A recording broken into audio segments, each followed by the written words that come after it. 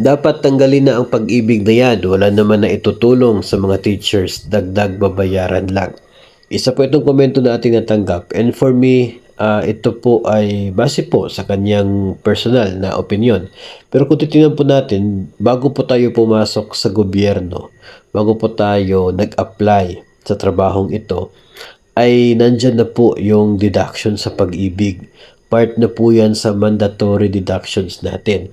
Kaya nung tayo po ay nag-apply at tinignan po natin yung sweldo, supposedly, hindi po tayo doon sa basic na sahod titingin, kundi doon po sa magiging net of mandatory deductions.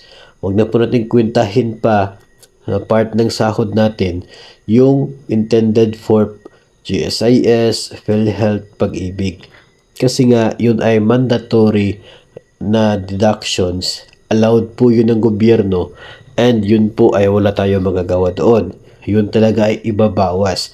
And also, kapag tayo sa ngayon ay pwede nating isipin na walang silbi itong deduction ng pag-ibig, dagdag lamang sa bayarin po natin. Pero kapag tayo naman po ay naging eligible doon sa withdrawal ng ating pong savings na yan, ay siguro doon yung time na marirealize natin na may purpose din pala itong pag-ibig fund.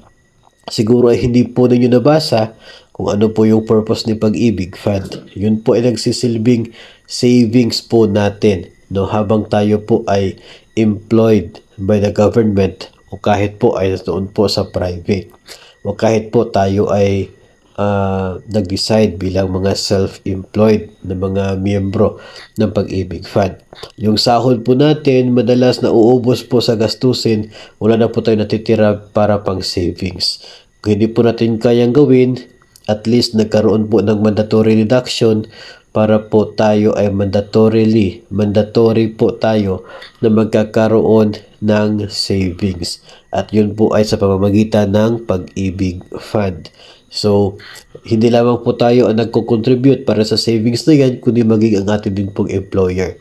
So, nagdi-deduct ng 200 ngayon sa atin, 200 din po yung ibibigay ni employer at yun po ang magiging savings natin every month. At siya pong iipunin hanggang sa panahon na tayo ay maging eligible na doon man sa optional withdrawal o kaya ay sa maturity o kaya ay during our retirement. Ang maganda pa po dyan sapagkat at least 70% ng kinikita ng Pag-ibig Fund ay pinaghati-hatian ng lahat ng mga miyembro bilang dividends. So may interest po ang savings na atin pong iniipon doon sa Pag-ibig Fund. Siguro ngayon hindi pa po ninyo nakikita yung purpose, pero kapag the time na eligible ka na para mag-withdraw at mahahawakan mo na yung pera na naipon galing sa Pag-ibig Fund, siguro that's the time na ma-appreciate mo ng wasto yung purpose na pagkakaroon ng Pag-ibig Fund savings.